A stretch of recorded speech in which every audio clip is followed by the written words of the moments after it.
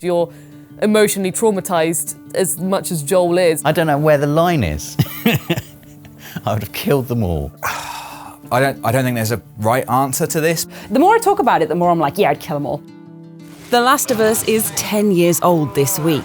We'd bake it a cake, but we used our last candles to craft a Molotov cocktail. So instead, let's raise a glass, sterilise it first, to its lasting legacy. It's easy to forget that when Joel and Ellie carefully crept into our lives and rudely nosed through our drawers in 2013, we had never seen anything like it. Back then, Naughty Dog were masters of matinee mirth, and zombie-like Infected were the stuff of cheesy B-movies. But ask any PlayStation fan and they'll tell you that The Last of Us hits different.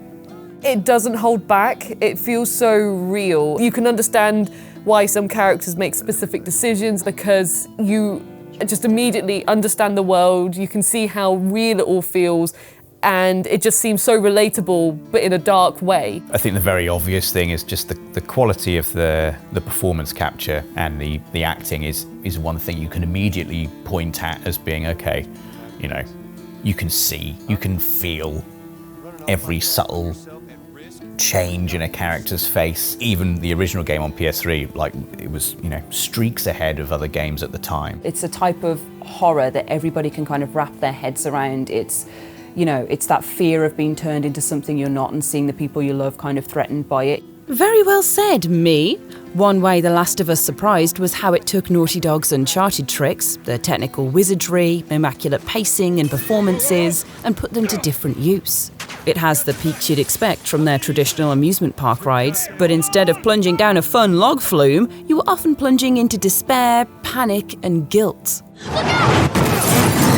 I think there are a lot of moments in The Last of Us that stand out that have been covered to death. I mean, the giraffe moment is a very iconic moment, and that was amazing. I'm assuming someone's already said the giraffe, but, oh God, how do I pick? There's so many.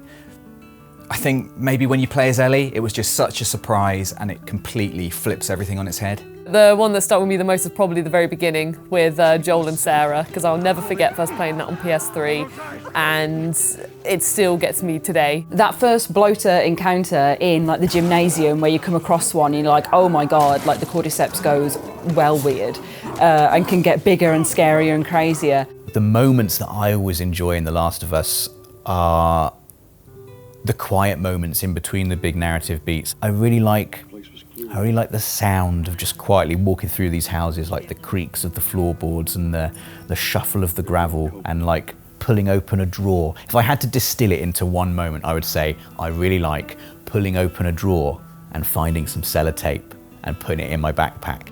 Although, obviously, I do really like the giraffe.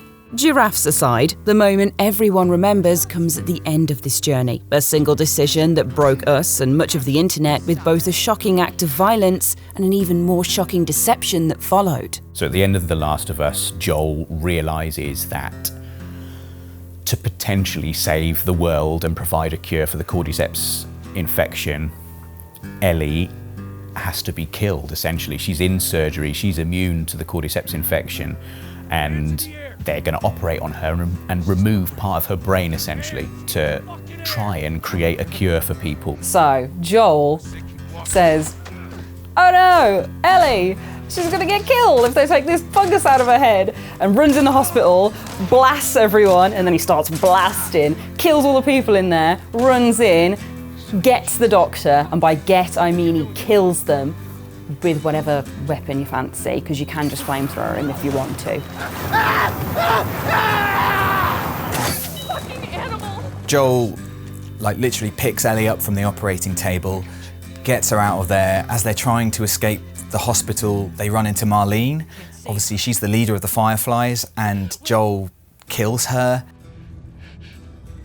Let me go. Please. You just come after her. And then, once they're out of the hospital, Joel's faced with having to explain it to Ellie. And then when Ellie genuinely says, like, please tell me the truth, he, for his own needs, lies to her. Swear to me that everything that you said about the Fireflies is true. I swear. It's the lie that launched 1,000 think pieces. Were you hashtag Joel was right or hashtag Joel was wrong? Perhaps you were hashtag shades of grey. Oh, it's the most impossible question. Like, I can see both sides. If I am forced to give an answer, my answer is no. I think he did the right thing. No, he was not right to do what he did at the end of The Last of Us. I don't think what he did was right. However, I would have done the exact same thing that Joel did.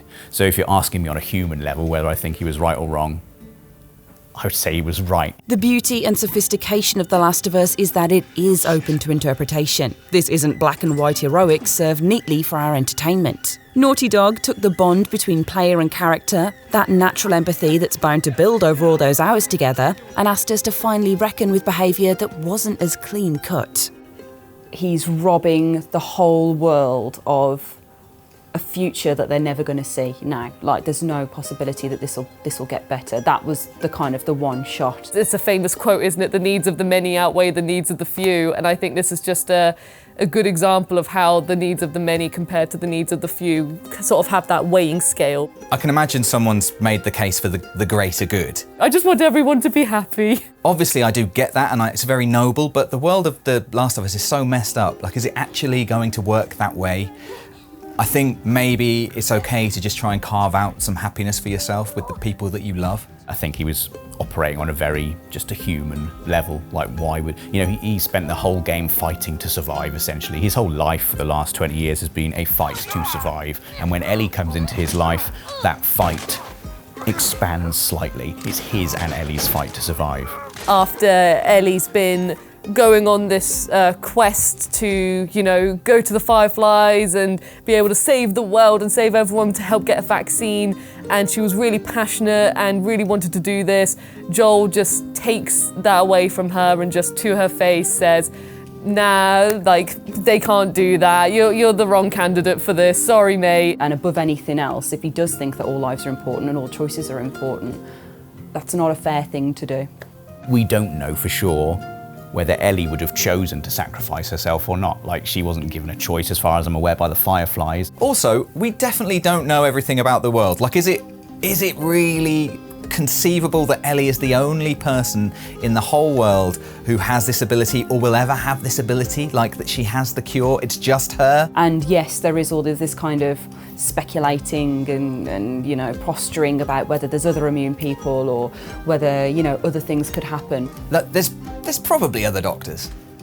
But the Fireflies were the biggest group and the biggest effort to kind of get this together. They found the one person who could do the surgery, they found the one girl who had the immunity, they did all of these things, they did everything right, they just messed with the wrong guy to do it. Like, I don't think anyone is coming out of this scenario with like a gold star for moral fortitude.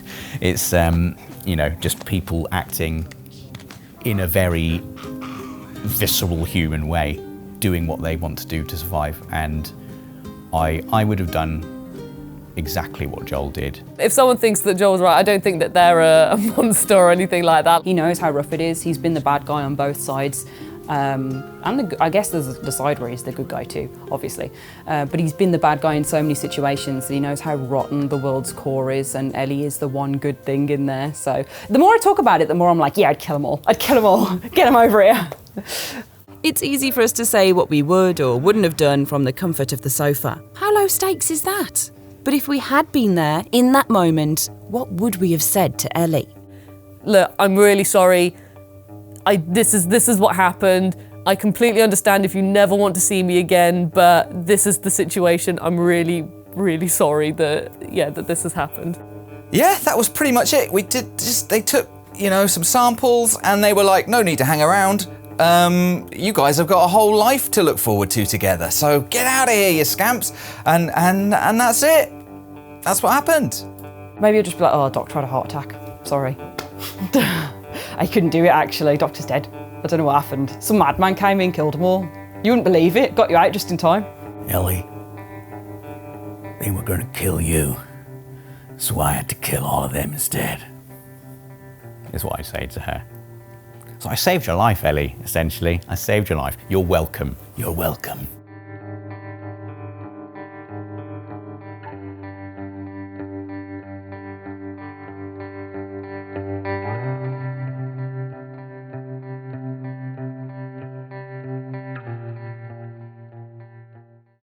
プレイステーション